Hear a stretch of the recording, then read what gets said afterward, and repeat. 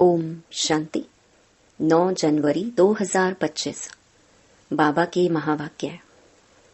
मीठे बच्चे, तुम्हें विकर्मों की सजा से मुक्त होने का पुरुषार्थ करना है। इस अंतिम जन्म में सब हिसाब किताब चुकतो कर पावन बनना है। प्रश्न: धोखेबाज माया कौन सी प्रतिज्ञा तोड़वाने की कोशिश करती है? उत्तर: तुमने प्रतिज्ञा की है, कोई भी देहधारी से हम दिल नहीं लगाएंगे। आत्मा कहती है, हम एक बाप को ही याद करेंगे, अपनी देह को भी याद नहीं करेंगे। बाप देह सहित सबका संन्यास कराते हैं, परंतु माया यही प्रतिज्ञा तोड़वाती है। देह में लगाव हो जाता है। जो प्रतिज्ञा तोड़ते हैं उन्हें सजाएं भी बहुत खानी पड़ती हैं। गीत: तुम ही हो माता पिता तुम ही हो। ओम शांति। ऊंच ते ऊंच भगवान की महिमा भी की है और फिर ग्लानि भी की है। अब ऊंच ते ऊंच बाप खुद आकर परिचय देते हैं और फिर जब रावण राज्य शुरू होता है तो अपनी ऊंचाई दिखाते हैं। भक्ति मार्ग में भक्ति का ही राज्य है, इसलिए कहा जाता है रावण राज्य। वह राम राज्य, यह रावण राज्य। राम और रावण की ही भेंट की जाती है। बाकी वह राम तो त्रेता का राजा हुआ, उनके लिए नहीं कहा जाता। रावण है आधा कल्प का राजा। ऐसे नहीं कि राम आधा कल्प का राजा है, नहीं। यह डिटेल में समझने की बातें हैं। बाकी वह तो बिल्कुल सहज बात है समझने की। हम सब भाई भाई हैं। हम सबका वह बाप एक निराकार है। बाप को मालूम है इस समय हमारे सब बच्चे रावण की जेल में हैं। कामचिता पर बैठ सब काले हो गए हैं। यह बाप जानते हैं। आत्मा में ही सारी नॉलेज है ना। इसमें भी सबसे जास्ती महत्व देना होता है आत्मा और परमात्मा को जानने का। छोटी सी आत्मा में कितना पार्ट नूंधा हुआ है जो बजाती रहती है। देह अभिमान में आकर पार्ट बजाते हैं तो स्वधर्म को भूल जाते हैं।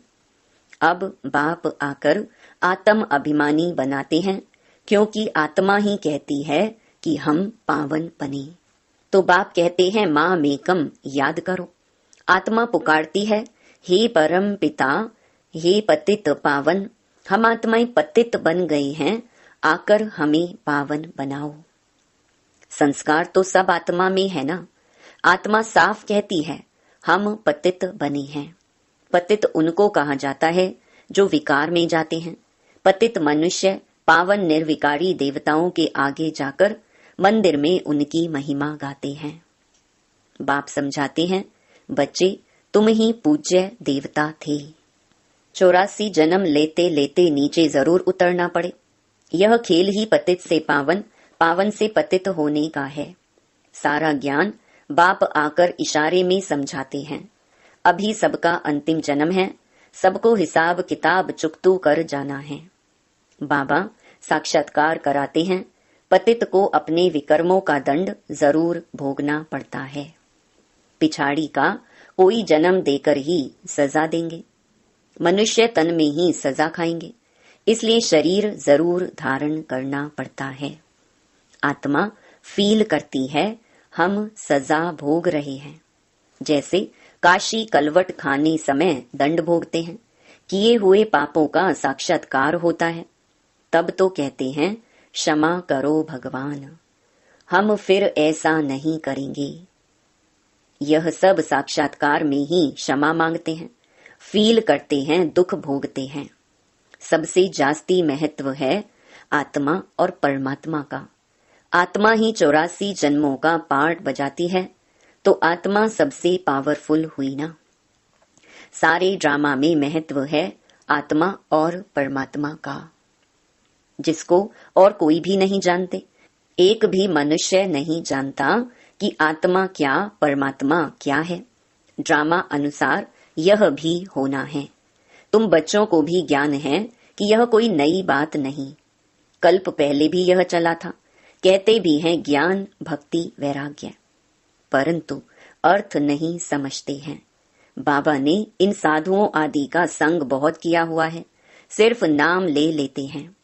अभी तुम बच्चे अच्छी रीति जानते हो कि हम पुरानी दुनिया से नई दुनिया में जाते हैं, तो पुरानी दुनिया से जरूर वैराग्य करना पड़े।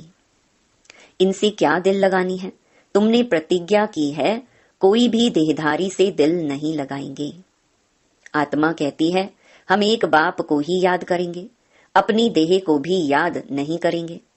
बाप देह सहित सबका संन्यास कराते हैं, फिर औरों की देह से हम लगाव क्यों रखें? कोई से लगाव होगा तो उनकी याद आती रहेगी, फिर ईश्वर याद आ न सके। प्रतिज्ञा तोड़ते हैं तो सजा भी बहुत खानी पड़ती है, पद भी भ्रष्ट हो जाता है। इसीलिए जितना हो सके बाप को ही याद करना है। माया तो बड़ी धोखेबाज है, कोई भी हालत में माया से अपने को बचाना है। देह अभिमान की बहुत कड़ी बीमारी है। बाप कहते हैं अब देही अभिमानी बनो। बाप को याद करो तो देह अभिमान की बीमारी छूट जाए। सारा दिन देह अभिमान में रहते हैं, बाप को याद बड़ा मुश्किल करते हैं। बाबा ने समझाया है हथ काटे दिल यार्डे। जैसे आशिक माशूक धंधा आदि करते भी अपने माशूक को ही याद करते रहते। अब तुम आत्माओं को परमात्मा से प्रीत रखनी है तो उनको ही याद करना चाहिए ना। तुम्हारी एम ऑब्जेक्ट ही है कि हमको देवी देवता बनना है, उसके लिए पुरुषार्थ करना है। माया धोखा तो जरूर देगी, अपने को उनसे छुड़ाना है, नहीं तो फंस मरेंगे, फिर ग्लानि भी होगी, नुकसान भी बहुत होगा। तुम बच्चे जानते हो कि हम आत्मा बिंदी है, हमारा बाप भी बीज रूप नॉलेजफुल है। यह बड़ी वंडरफुल बातें हैं। आत्मा क्या है, उसमें कैसे अविनाशी पार्ट भरा हुआ है, इन गुहिया बातों को अच्छे अच्छे बच्चे भी पूरी तरह नहीं समझते हैं। अपने को यथार्थ रीति आत्मा समझें और बाप को भी बिंदी मिसल समझ याद करें। वह ज्ञान का सागर है, बीज रूप है, ऐसा समझ बड़ा मुश्किल याद करते हैं। मोटे ख्यालात से नहीं, इसमें महीन बुद्धि से काम लेना होता है। हम आत्मा हैं, हमारा बाप आया हुआ है, वह बीज रूप नॉलेजफुल है, हमको नॉलेज सुना रहे हैं। धारणा भी मुझ छोटी सी आत्मा में होती है। ऐसे बहुत हैं जो मोटी रीति सिर्फ कह देते हैं आत्मा और परमात्मा, लेकिन यथार्थ रीति बुद्धि में आता नहीं है। ना से तो मोटी रीति याद करना भी ठीक है, परंतु वह यथार्थ याद जास्ती फलदायक है। वह इतना ऊंच पद पा नहीं सकेंगे, इसमें बड़ी मेहनत है। मैं आत्मा छोटी सी बिंदु हूँ, बाबा भी इतनी छोटी सी बिंदु है, उनमें सारा ज्ञान है। यह भी यहाँ तुम बैठे हो तो कुछ बुद्धि में आता है, लेकिन चलते फिरते वह चिंतन रहे सो नहीं, भूल जाते हैं। सारा दिन वही चिंतन रहे, यह है सच्ची सच्ची याद।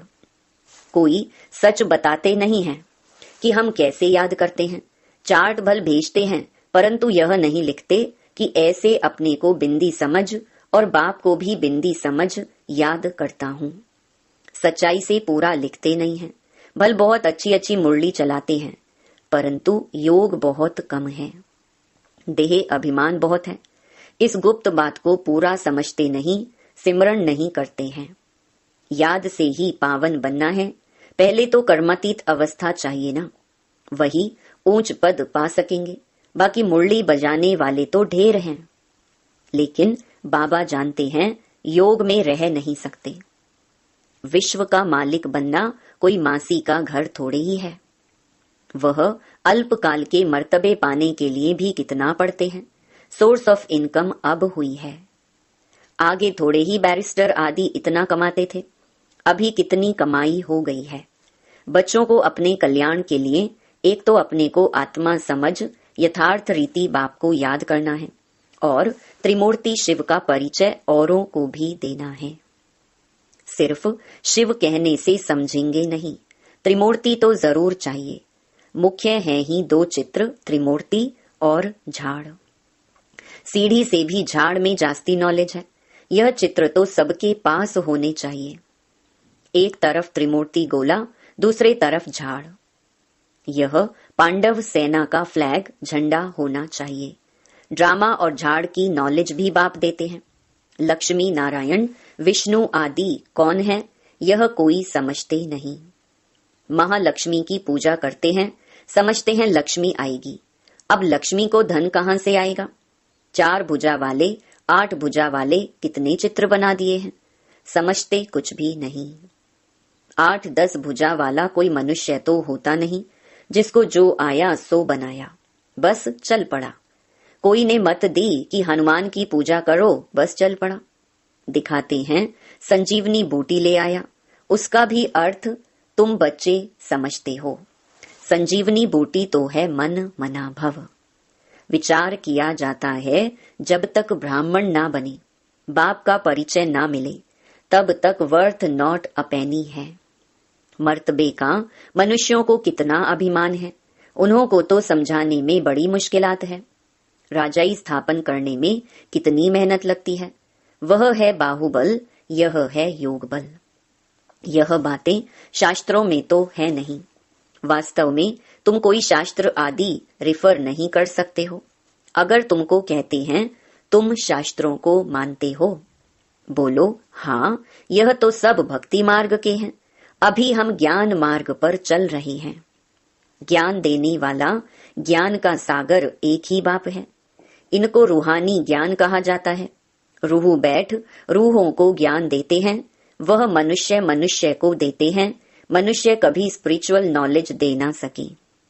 ज्ञान का सागर पतित पावन लिबरेटर सदगति दाता एक ही बाप है।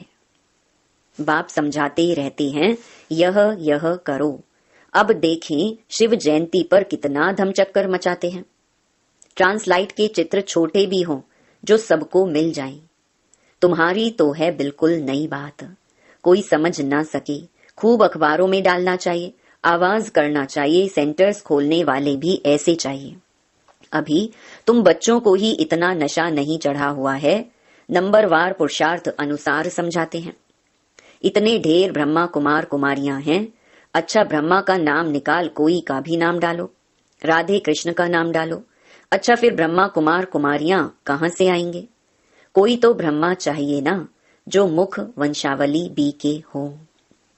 बच्चे आगे चलकर बहुत समझेंगे, खर्चा तो करना ही पड़ता है। चित्र तो बड़े क्लियर हैं। लक्ष्मी नारायण का चित्र बहुत अच्छा है। अच्छा, मीठे मीठे सिकिलधे सर्विसेबल आज्ञाकारी फरमान बरदार नंबरवार पुरुषार्थ अनुसार बच्चों प्रति माता पिता बाप दादा का याद प्यार और गुड मॉर्निंग। रूहानी बाप की रूहानी बच्चों को नमस्ते। धारणा के लिए मुख्य सार।